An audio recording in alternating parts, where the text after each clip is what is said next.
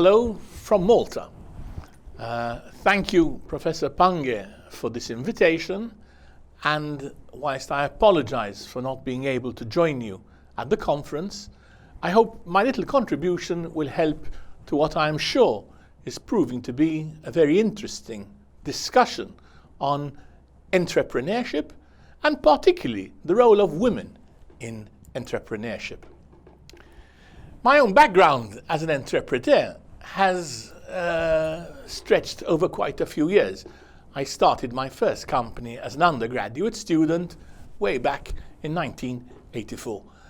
I've been fortunate having been able to operate both locally in Malta and overseas. I've set up a number of different companies over the years in different areas, primarily in the IT area and the consultancy and the educational field.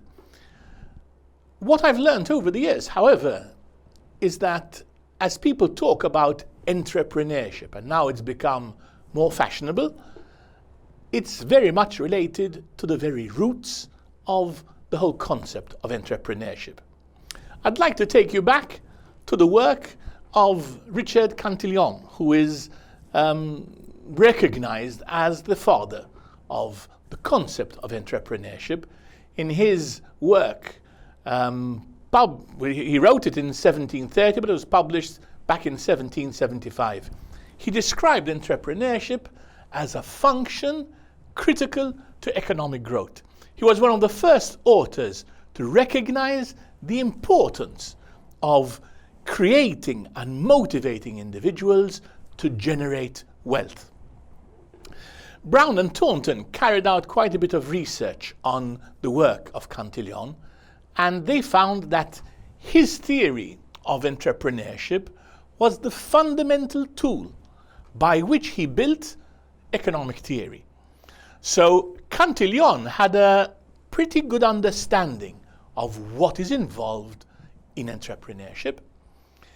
Back in those days, we're talking of 1730, don't forget, Cantillon contended that anyone who invests in the sense of acquiring and employing resources with the purpose of selling goods in the future at an uncertain price is the entrepreneur.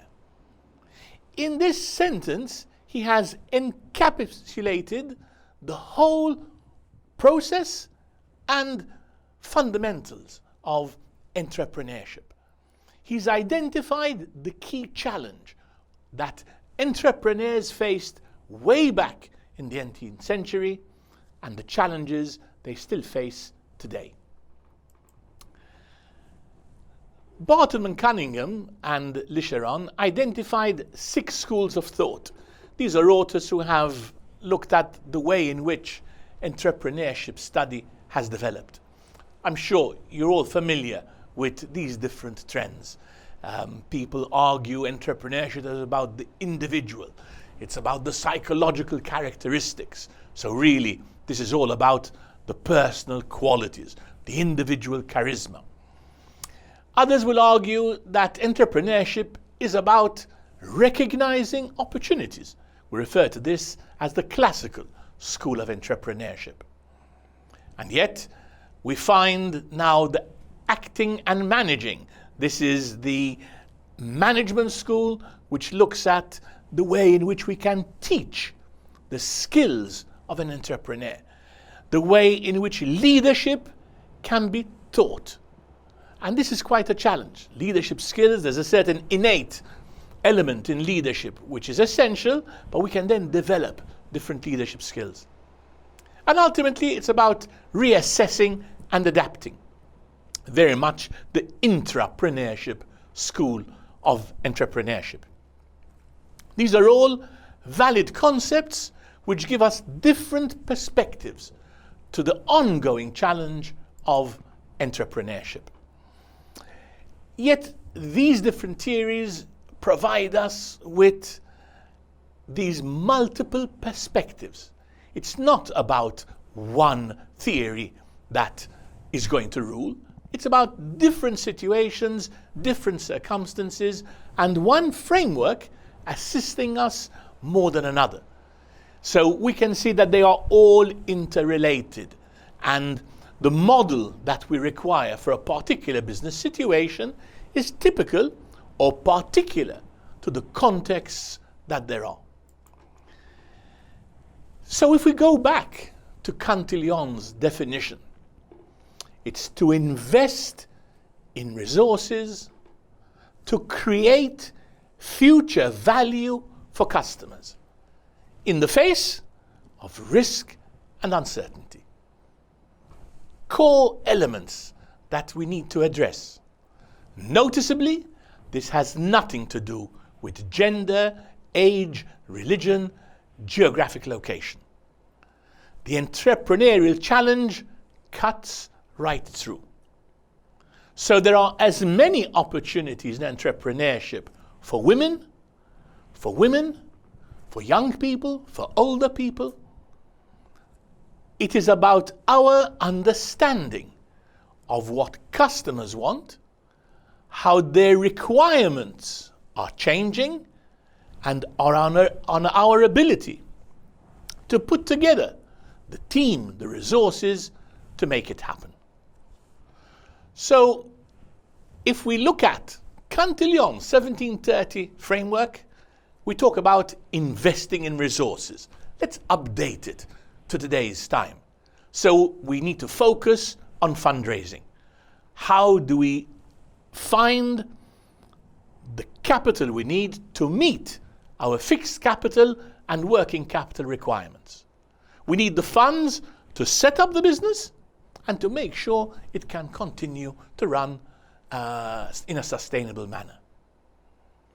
It's about creating future value for customers.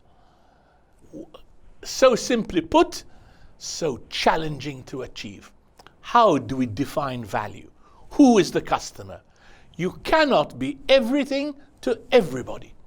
One of the hardest decisions an entrepreneur must make, especially in the startup stages, is in defining the strategic direction of the business, in identifying which customer group that business is going to focus on.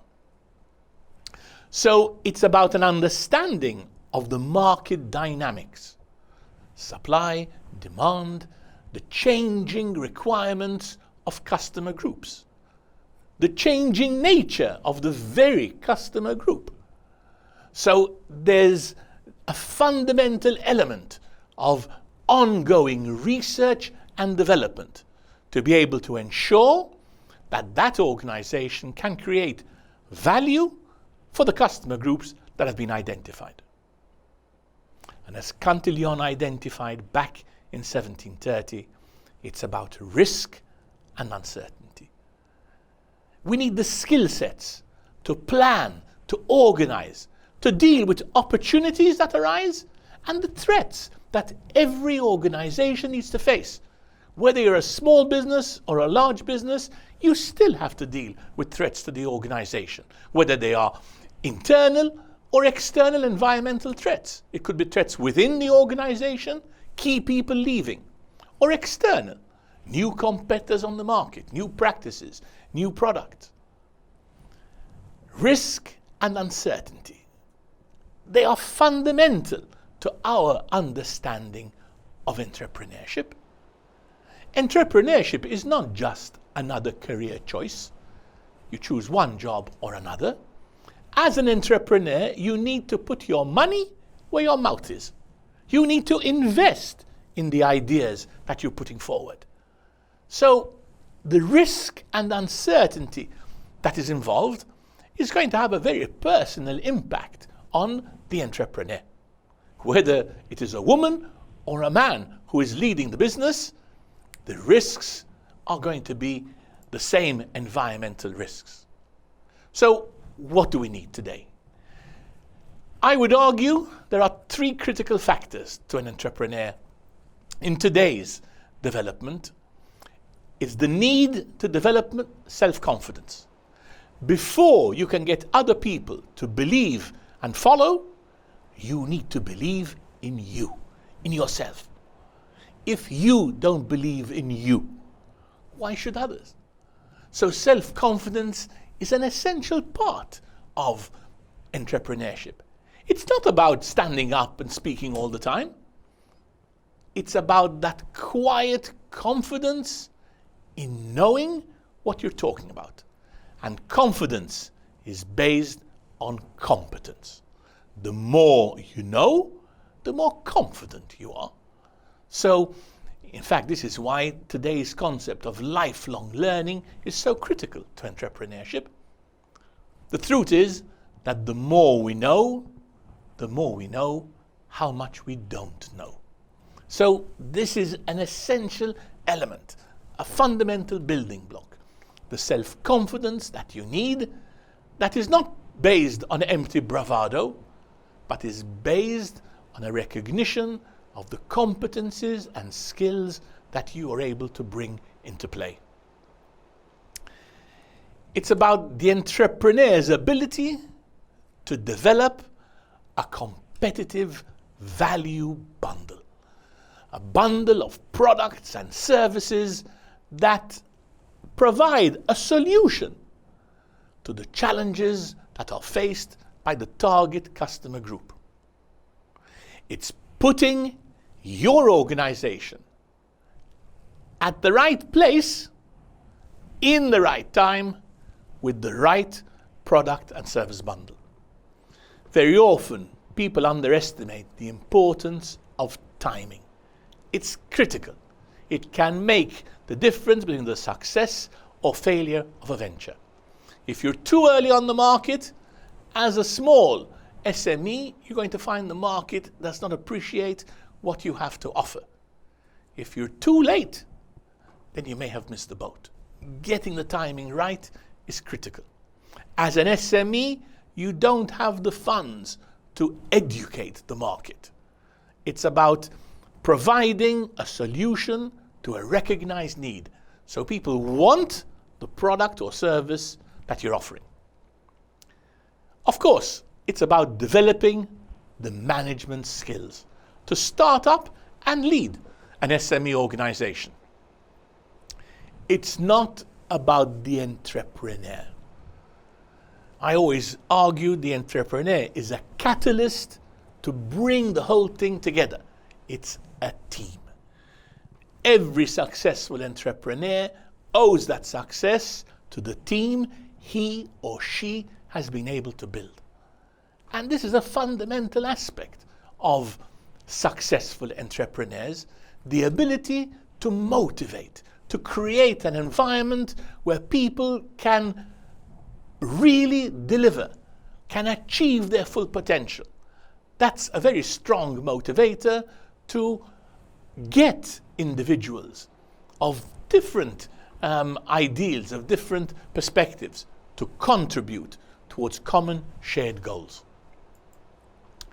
So clearly, in this context, we look at education, the role of education.